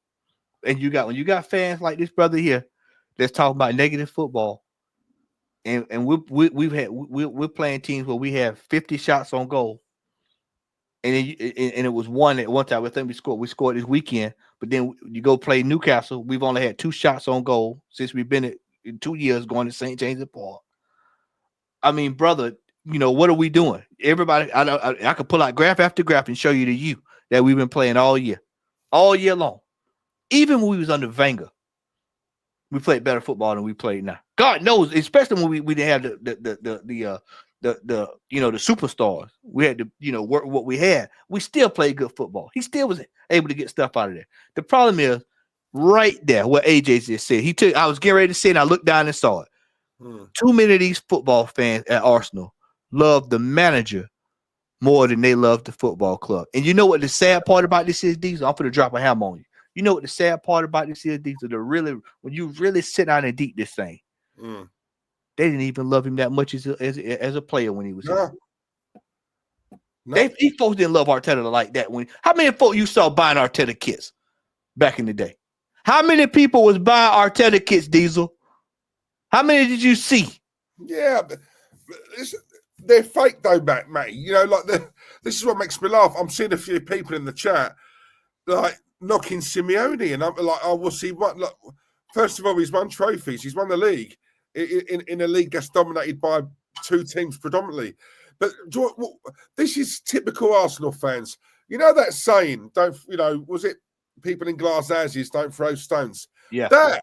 That is Arsenal fans all over. We've done nothing, but Arsenal fans are quick to look at him over there and her over there and him up there and her down there, laughing at all. Man City this season, so many Arsenal fans I've seen knocking these guys, having a laugh at their expense. And I'm thinking, age has caught up with man. That's all it is. It's age, right? Yep. These players have come off the back of winning the league 4 times. 4 times they've won it. They have a bad patch, and Arsenal fans are laughing at these guys. These guys are serial winners. How dare you? Who are you to laugh at them? Look what they've achieved. And this is what I'm saying, Matty. We haven't done anything, and yet it's the arrogance. It's sickens me. We get a draw against them, and everybody's going crazy like we won the title. Oh man, we drew against them. What a hard-fought draw!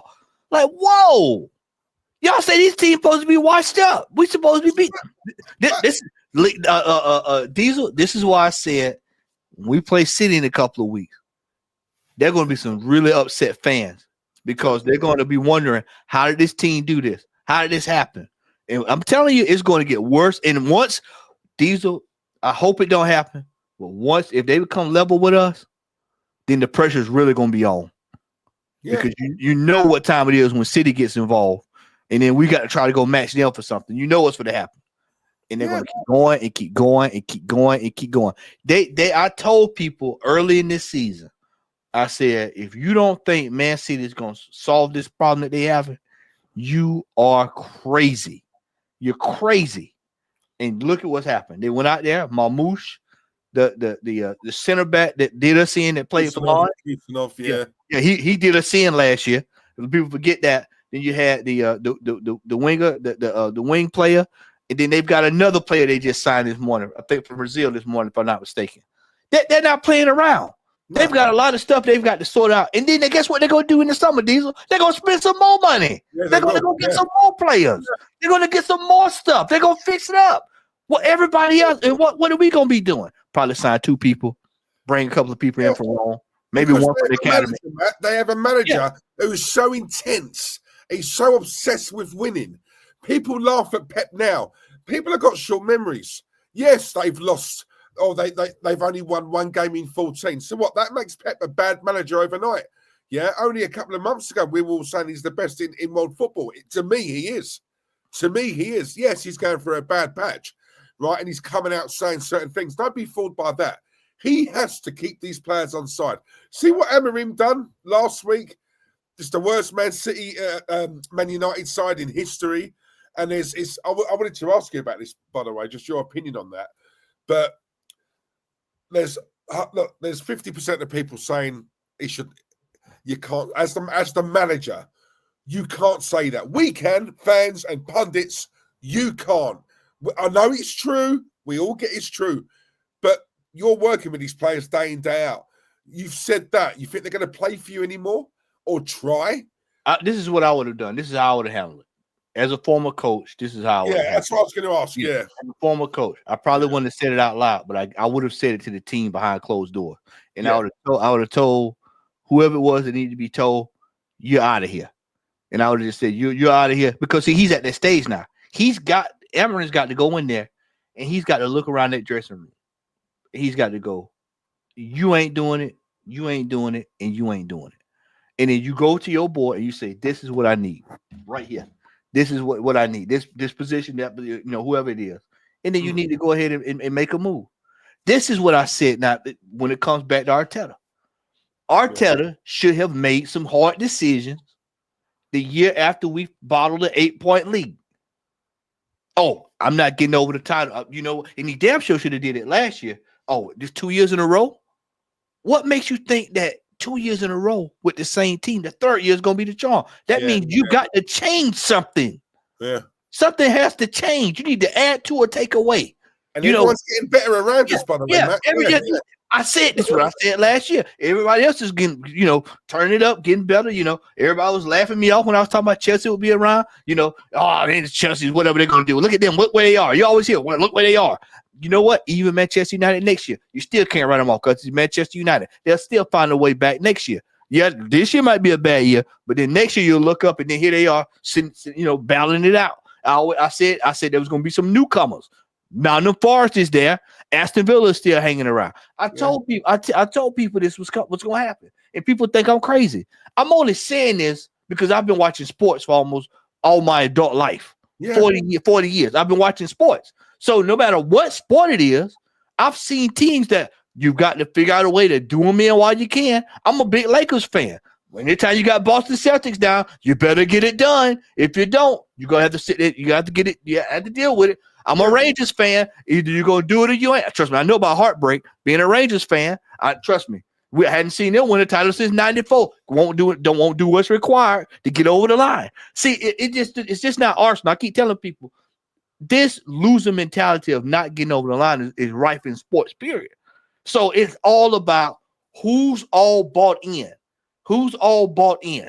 And when everybody's bought in on the same thing and everybody wants success, it's like you said, the togetherness. When you were talking about the Titans earlier, it's the togetherness. If everybody from the top down is saying, "Hey, look, this is it. We're coming to get the job done." If you're not on board, you're out of here. Yeah. If that should be players. Diesel, let's just keep it man to man. Let's just go mano y mano. Diesel, there should be men in this team right now looking over at Odegaard saying, "Hey, brother, you got one more performance like that, and something's gonna have to change around here, brother. We can't keep doing this. Yeah, you can't keep doing this." Diesel, we got players in the team that can't take throw-ins, corner kicks. These are the basics of football. These are the basics. These are the basics. Now, I know football has changed over the last 20 years, but Diesel, some of this stuff it's like a plumber going to work. A plumber should be able to turn a wrench. Should be able to look at a faucet, check a toilet. That's basic stuff. That's basic stuff. A petroleum man should be able to go read a gas meter. That's easy. That's basic stuff. A carpenter should be able to put down a carpet, flooring. That's easy stuff. Hammer and nail. But we got players in our football club that can barely dribble, can barely shoot.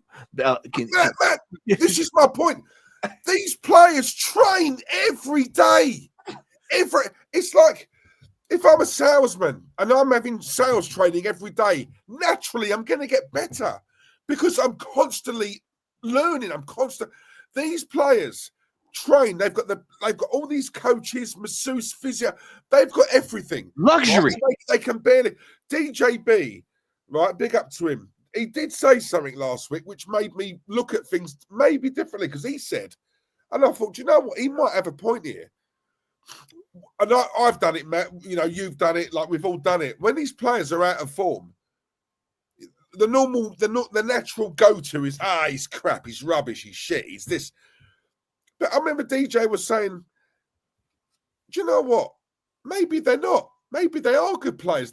We just need a better manager. And when I'm thinking, I don't follow Fabio Vieira, but people are telling me since he's gone out on loan, he's been all right. No, you think about Nuno Tavares. Yeah, Nuno Tavares is the one. That's the one. Pepe. Look at Pepe at Villarreal. I said, this is why I said, if you're not going to spend, it goes right back to what I said about an hour ago. I said, if you're not going to spend top dollar and splash the cash, but you're going to bring in talent, at least have the manager that can get the best. Look at what Nuno is doing over at Forest. He's getting the best. Look at the Brighton manager. He's 31. He's getting the best out of Brighton players. He's getting the best. I don't know what the score is of the Aston Villa game, but he's getting the best. He's getting what he can. Eddie Howe. People forget. Where was Newcastle at in the beginning of the season? They were in mid-table. With injuries galore. Where are they at now, Diesel? Where are they at now? They're playing for a cup, on 1 foot into the cup final, and then they're on their way back to Europe. If they keep it on the way they're going, that is down to the manager. But Eddie Howe knows how to beat us. And I've always said this, Matty. Eddie Howe and I like his number 2, Jason Tyndall. I'm sure that's his name. But what I like about them is Eddie Howe tells them players, I guarantee he tells them players, Arsenal, we got Arsenal at the weekend, frustrate them, get in their faces, bully them. I don't, no other team does it to us as well as what Newcastle do. Every time we play them, Matt, we do crumble because they've got some big physical lads in that team, right? Their midfield pisses all over ours, by the way. And they've got the striker that we all want. But what they do is they bully us. That Joe Linton especially, I do like him. He just bullies us. Like, and what they do is like they'll put an early one on Odegaard, and he gets scared, and then he'll go missing for the rest of the game. If you notice, when we play Newcastle, as soon as Odegaard gets the ball, he quickly lays it off because the longer he has the ball, he's going to get one stuck on him. Yeah. You know what I'm saying? It's honestly, it just makes me laugh. But this is what I'm saying, Matt. That's the way to beat Arsenal. Arsenal of old, you could never have done that. Never have done that. Too many players in the team that were physical like that, and you start on one, you start on all of us, right? But but what is that? What is that? So let's go back. Let's go back in time. When Wenger came, he had the base. He had a defensive base. All he needed to do was when what did he do? What did we do? Sol Campbell, that the best defensive player available. Yeah. And if anybody don't believe me, go back and look. I think Sol Campbell at one time had 20 offers. 20. He was the best available player. This is why when I make that argument all the time about best available player, people think I be joking all the time. Best available player. He was the best defensive player available. We went and got him. The best center back available was there. And we went right over there. David Dean went right over there, did what needed to be done, and and sealed the deal. That's another part of the reason why we can't get stuff done. We don't have the proper football man in proper position. No. But if you said that now, just say Tottenham had a centre half right now. It was class. Coming to the end of his contract, and me and you are on here right now. I do you one better. Can I do you one better, Diesel? Can I do you one better? Go on. When Harry Kane was over there, me and Lee had this talk when I said, Lee, if David Dean and Wenger was at this club, now whether they could pull it off or not, they would at least say, you know what? Let's just go test Levy's resolve. We're putting out $185 million for Harry Kane. At least he gonna have to think about it. He gonna like, oh man, you know what?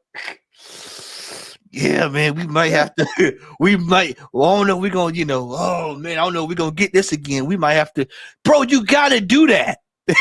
You should be doing that, bro. How is it that Sir Alex Ferguson can go to dinner with Wenger and ask him about RVP and then sign him? Do you know what, Matt? I don't know if you ever saw it, Matty. Right? We got a guy, Piers Morgan, right? Piers Morgan was. I've never forgotten this. It was a football show. It used to come on every Saturday morning. I think it was, what's his name? Something Savage and someone else, whatever. Yeah, Robbie Savage. No, but it was another Savage. I'm thinking about the show that came on. I'm thinking about the soccer morning show.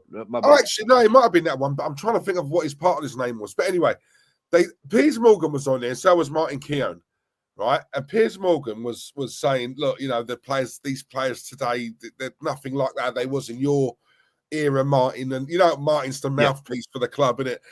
And I remember Piers Morgan saying to him, come on, Martin, come on, let's be honest now. You can't tell me if the cameras were off and me and you was in a pub having a pint, this conversation would be totally different, right? And it's true, but I was going to make a point. What was it you said? I was talking about basically how when us signing Harry Kane, and then I said about Wenger. When Wenger went to dinner with Ferguson, and then turned around and asked him about RVP, and then he turned around and put the bid in for him.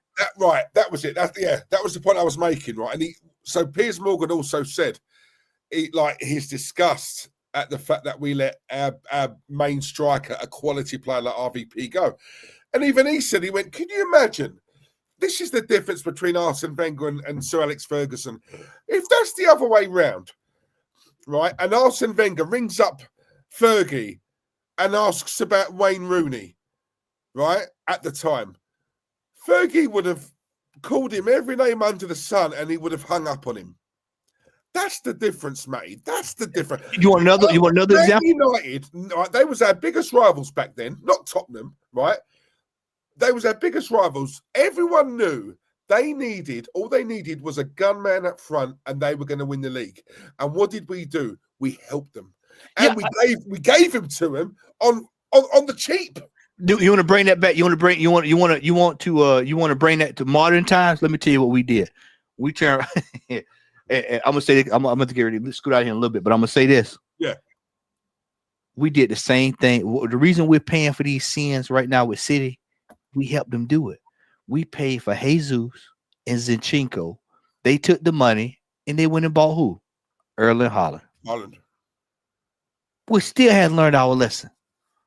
And when it comes to buying world-class players, we had a chance to buy one under Wenger. What did we do? 40 million a pound. But mate, this goes back, right? Do you remember Arsene Wenger? After he left, right, he come out and he said, oh, these are a list of, these are some of the players who I could have bought when I was at the Arsenal. And you look at the list of players and you're thinking, my God, it was like they done a starting 11 of players Arsenal nearly signed. You got Messi in there. All these players. Ibrahimovic, you look at it and you think to yourself, so why didn't you? This is what pundits don't. This is why I say, guys, like this is why I say it's systematic. It's a thing of we can never get over the. This is why we're suffering today. This is what I'm talking about. It's just not. We're not being a Wenger. I'm just saying that the mentality of nearly being the nearly man. Yeah, nearly. Right, yeah. You know, people laughed at Curtis Shaw 2 or 3 years ago when he said, are we looking at Mbappe? They said, man, what is he talking about? No, that's what you're supposed to be doing. Hey, we at least we at the table. Go be at the table. Go sit down. Yeah. You don't know. You know what? You can't win the lottery unless you play it. You don't know unless you try. We don't even try to put ourselves in situations. And then we miss out on players. And then we get these hand-me-down players. Mudryk. You talking about $100 million bid on a Mudryk. Sesko. You got Jokeris sitting over there right now. 80 million buyout clause, won't touch him. Then he'll go somewhere else, and then you'll have to pay over the odds to go get him if you want him down the line. This is why I said Diesel. Sorry, it's just Diesel. It is just a repeating cycle of failure. And this is why I said now people need to be questioning what are the true ambitions of Arsenal Football Club? What are the true ambitions of Arsenal Football Club? Money, isn't it? Pound notes and dollars and dimes. Yeah, that's what it is.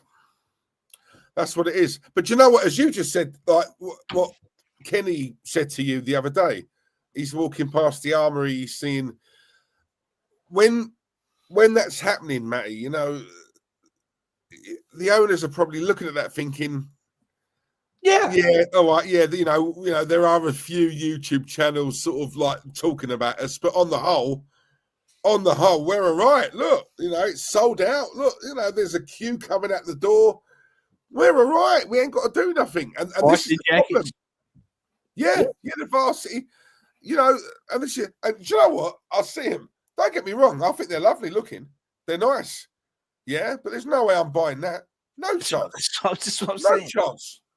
No chance. But this is the thing, you know, we're customers now, you know, like we're not fans anymore. And this is the problem. The only way, I've always said this, you know, unity will bring down any organization. I've always said that.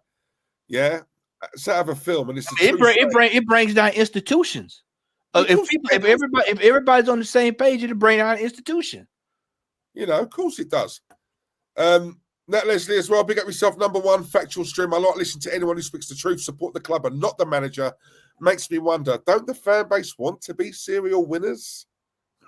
Facts. I mean, it's just it's about sport. Sport is designed to win. There's winners and losers. You want to win. Now, can everybody win? It doesn't happen, but you can put yourself in the best place to compete to win. You can put yourself in the best possible way. And when you put the amount of resources this manager's had, there has to be something to show for it. That's the reality that people are going to have to come to grips with, is that we spent so much money. We should be performing much better, and we should be in a better situation than what we're in right now. Yeah. Yeah, it's as simple as that. And do you know what? Right before we wrap up, sorry, Matt, I know I've had you for time. Oh, good, brother. It was just one thing I wanted to touch on as well, just very quickly, and it's something that I'm constantly mentioning on this channel, right? The football. I think James Dunlop mentioned it earlier on, and James, I totally agree with you. The quality of the Premier League in the last several seasons has really dropped, in my opinion. At the same time, where there's so much more money being pumped into it than what there ever was before. I'll never forget looking at the goal scorer chart, and you know, Dwight York, Robbie Fowler, Michael Owen, there was a good 8, 9, 10 absolute gunman in this league. Now you've probably got 1 or 2, 3 chops, if that. Yeah. Haaland, who else? No, that's one thing, Matty. But this is Man United earlier on, but it also happens with us as well. This thing that I've got an 11-year-old son, and I constantly say to him, if there was ever a time to be a Premier League footballer, it's now. Do it, because I'm telling you now, you could easily be a player now. I wish I was born now. I can tell you that, man. I wish I was born today. 20 bad games, Matty, but you turn up right for that one. Man United and Arsenal, very similar type. That's in terms of how far we've fallen. When you look at Man United, were being hailed as heroes a month ago when they drew to Liverpool, right? That's a draw. This is Man United here. Yeah. And you know what somebody told me? You know what somebody told me week before last? Somebody said they enjoy watching the mid-table teams. They said at least they play ball. That's crazy. That's crazy. You know what? And I took him up on the offer. I said, you know what? I'm gonna start watching these teams 10 through to the bottom of the table and watching you. They down there playing. They actually play games. They're going, competing. These big teams, they roll in the town. Let's get a draw. Let's get out of there. Let's get a draw. Whereas back in the day, go, Matty. I like back in the day, it was battles. Brighton and teams like that.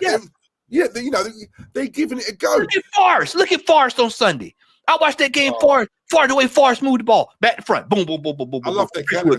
I love I like their defense. Bournemouth, that's another one. These teams like that, man. They're going at it. They play ball. Football has become so, especially Premier League football, has become so systematic. It's all about system-based metrics. If it does not fit within the system, it does not work on the pitch. And you can get players, if they don't fit the system, it won't work. And it shouldn't be that way. Footballers are not allowed to express themselves individually or bring their individual traits to the game. Even when I coached, when I used to coach, I had a team of players that it was up to them to collectively get on the same page, but everybody had something individually that they could bring to the team. I had one dude that was great in defense, another dude great on the ball, another dude that was a workhorse, had another dude that could score from anywhere, had another dude that I could run, the same dude that could score from anywhere. So he was always putting himself in position to score, had a goalkeeper that could dictate, had one that could yell and scream at everybody. I don't have to do it on the pitch. You had a man on the pitch that could do your job for you. You had everything that you need. Now it's everybody's looking over to the bench to see what the manager's saying, what Arteta's saying, because he's saying do this and this and that and this and this, and then the game's passing you by. The game's passing you by. Look how long it takes us to do set pieces now. Look how long does it take to do set pieces now? A minute and a half, 2 minutes, 3 minutes. Game. Look how fast halves go by because you set pieces. The game is not the game that me and you both grew up playing. No, it's not. I've been playing football since '88. Yeah. And over in America, football was like, you're talking like I was one. I was in the 0.0003% over here in the States back then. Unless I went to a private school. And so even back in the '80s, football. When I go back to when I was coming up, it's like you said, when men were men. Back when the kids, just to keep it real, back when the kids used to be baggy. That's back when I was playing. Back when the kids used to be baggy. You know what I'm talking about. Yeah, I do. Yeah, not all this tight in the socks all the way up. Yeah, and the socks used to come all the way that's up. what I'm saying, mate. You know That's what I'm saying. talking about. But this is, my point. When that I use that Liverpool game, that Man United Liverpool game, as an example because most people thought, Liverpool going to smash them, but there was a lot of people who said, no, Man United will get something. They'll be up for this one. And I'm hearing a lot more people say, nah, it's a big game. They'll be up for that. But then I'm biting back saying, they should be up for it every bloody week. Anyway, yeah, they should be. Because it's Liverpool, but they play Southampton, the worst team in the league, and Southampton should have won that game. But because it's Liverpool, lads, we'll be up for it this week. But next week, when we're playing it'll drive you crazy. It would drive you crazy. It's watching football. It'll drive you crazy. Too much money in the game of football. We could do a whole nother show on just how much money these guys get paid to do nothing. You remember a cat back in the day, man? He making 100 million. This dude, it got to be. I had to do one day. One day we got to do a show where we pull up the chart of what people used to make back in the day and compare it to what the player now. Matter of fact, that's some. You know what? Put down a list of things for us to do. We're gonna do that. We got to get a panel with me, you, Lee. All of us gonna be on that one day. Pull up to what people were getting paid back in the day, and show the equivalent of that player. Because see, all these are players that a lot of these youngsters idolize. But look what they were getting paid, and then look at what players like Kai Havertz getting paid now. It's 65 million pounds. But that'd have got you Berbatov back in the day. That'd have got you Berbatov. Yeah. And would change up with spare. You could probably got 2 or 3 players for what you paying him for. I'm telling you, honestly, I swear to God, what a stream that would be. Because the we're gonna do that. We're gonna do that stream. Yeah, the look at what people were getting paid back in the day versus now. Jermaine Defoe, Robbie King, they right there. King, see right there, King, Alan Shearer. What these players would have got paid in today's market, and the type of player you could have got back then. So when you hear 800 million thrown at a squad, you're like, wait a minute, this all we get paid? And I think that's why we get so upset, because we know what 800 million should be getting you. If you're throwing out that kind of money for a squad, you're like, bro, wait a minute, man, we should be out here taking these teams down. I had that discussion with Brother Wax, man. I know we get ready to wrap up, but I had this discussion with Wax last week. He said, Matt, if you're paying 200 million pounds a year, then surely you got to have at least 4 or 5 world-class players in your team. I said, exactly. I said, that's why I'm on my head about this manager. There's no way you can tell me he's gotten this money and we ain't got 4 or 5 world-class players in this team. No, 800 million, what that gets you is a captain getting injured and we having to change the whole way we play. And when he comes back and Starboy's out, we look lost as anything, Matt. Yep. Lost. We look lost. And don't you think Starboy ain't sitting at home looking at this? He's looking from his bed like, ooh, man. Number one, his agent's telling him, hey, bro, you got a negotiating chip now. You see how much what your value is to this team. And then number 2, how long you want to stay here and keep putting up with this? Yeah. How long do you want to stay here and keep putting up with it? And I say this and I shut it down.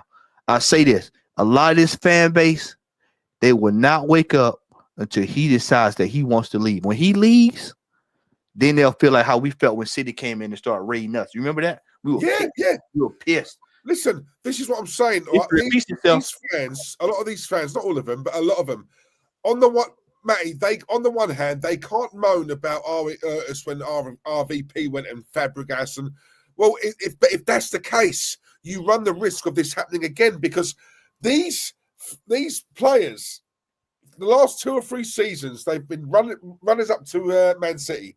If I'm a player at Arsenal right now, I'm looking at thinking, my God, is he not going to sign anyone? Yeah. We need help, right? Not only that, Saliba and all these other players, they're going to be thinking, this club have got no ambition. Yes, money's important, but I actually want to win something. And I'm telling you now, Real Madrid, and the rumours have started already, right? They're circling Saliba. They're coming, bro. It's a matter of time, Matty. I'm telling you, it's a matter of time, because you do not say no to a club like that. You don't. I said it wouldn't surprise me if they just put in just what I call it, just for the hell of it bid.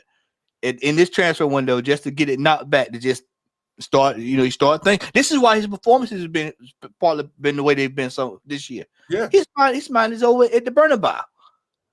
He's at the Bernabeu, and don't think for a second now. Yeah. When he comes off, Diesel, when he comes back, watch this. I thought about this the other day. I said, now watch when he come back. Is he gonna give 100% when he gets back? Because he's probably gonna be thinking, I don't want to hurt myself and jeopardize my move if they come in for me in the summer.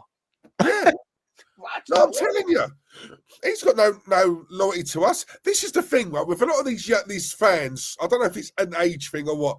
Some of these fans automatically assume these players support Arsenal. They don't. It's a job to them.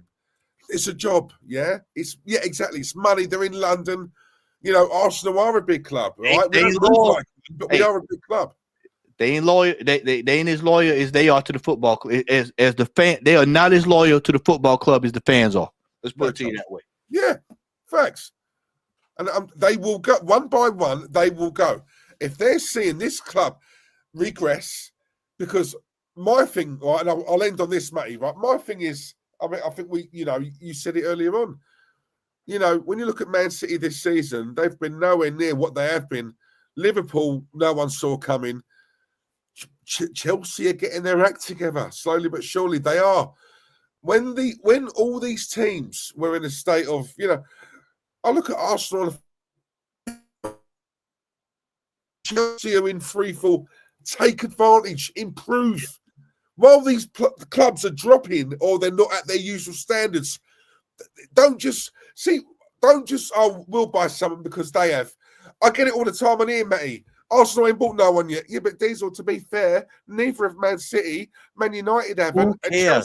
Who cares about them? Let their fans worry about them. I'm worried about our club. Yep. Do you know what I'm saying? Again, it's people in glass houses. Stop all that. Yep. And if people think Newcastle's not going to spend their money, I got something for you too. They got something for you. All they doing is waiting to see what will happen with 115. And if 115 don't go the way that 115 go, okay, well, no, game on. Yeah. Game on. Yeah. Their squad is better than ours already, mate. Yeah. You add 2 or 3 more pieces to that team, they have serious issues next year. Yeah. That's the only reason why. That's the only reason why they're in the situation they was in when we started. They couldn't spend the money. Well, because they was in that situation, and now they're saying that go see what happened with City. Oh, City's splashing the cash. Okay, well then we can open our checkbook because that was just as deep as City's. Yeah, honestly, we will lose these players.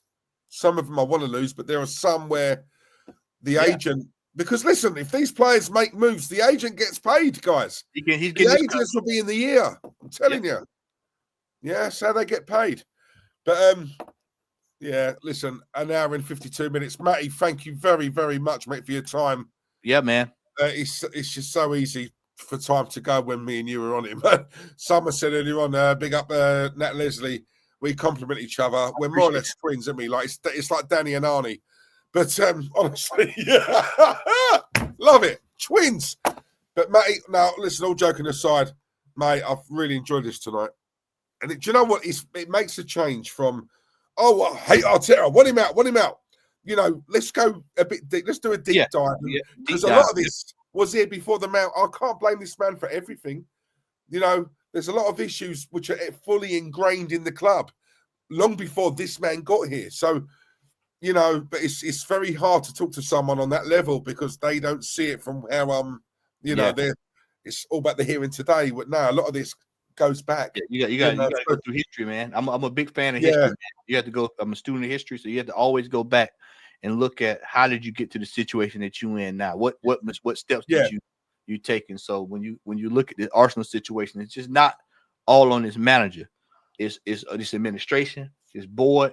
And then ultimately, even you got to go back before the move from Highbury. You can even go back to back in the day. Jez is talked a lot about Arsenal back in the day, and so you start seeing a lot of stuff that he even seen. He still sees it today. So it's just the reality of the situation, and this is why I say you have to constantly keep questioning what's the ambition, where are we going, what do you want to do, and then that's when you can when that question is answered. Then this football club can move forward. What's the Yeah. ambition of this football club? And that's the way Yeah. I'm the rest of the year. And as far as I keep supporting this football club, I'm going to ask that question every year from now on, especially this year. What is the ambition of this football? Yeah, exactly. Yeah, because at the moment it's all it is, Matty. It's smoke and mirrors. Yep. So that's all it is. You know? Enjoyed it, man. Anybody want to find me out Southern Gooner here on YouTube? We're going to do. I'm gonna get the corral that show. We're going to have to do that show on what pay players' wages and compared to back then and now and the player. We're gonna have to do that show. We're gonna do that. I promise you, we're gonna do that, Diesel. Oh, mate, I'm there for it. Trust me, Danny. Yeah. I love you. But yeah, honestly, sensational show, guys. Thank you very much for all the compliments.